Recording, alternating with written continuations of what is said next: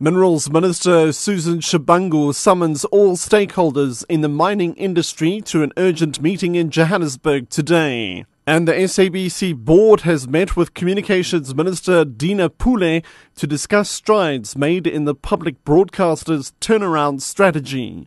I'm Richard Brooks. Minerals Minister Susan Shabangu has summoned all stakeholders in the mining industry to an urgent meeting in Johannesburg today to discuss the crisis at the Lonmin mine in the northwest. Shabangu says she will meet with the Labour Minister, the Chamber of Mines, unions and Lonmin. I've summoned the whole of the platinum sector, including them, in making sure that what we saw at Impala, what we're seeing right now, is not going to occur once more in any of the platinum sector, but not only of the platinum, but also of the whole mining sector. We'll be meeting at 10 o'clock in Johannesburg to address the matters. Shabangu has been at pains to ensure investors that the situation at the platinum mine will be resolved speedily. We cannot continue to have any situation under our democracy where there's bloodshed and we lose people in such big numbers. So that's a concern for us as the mining sector.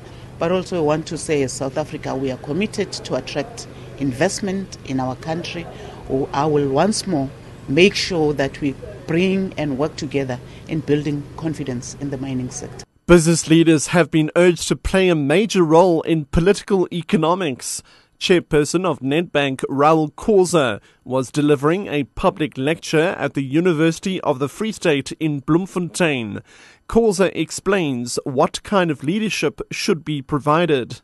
Make sure that the leadership that is provided is predicated largely on PPP, your private-public partnership, which goes beyond merely looking at the material things and begins to engage courageously about what the country should in fact be doing to develop itself. And I want to believe that the implementation of the plan that has just been released behoves business South Africa as well as political leadership South Africa to cooperate at all sorts of levels, programmatically as well as in terms of discussing the challenges of the day.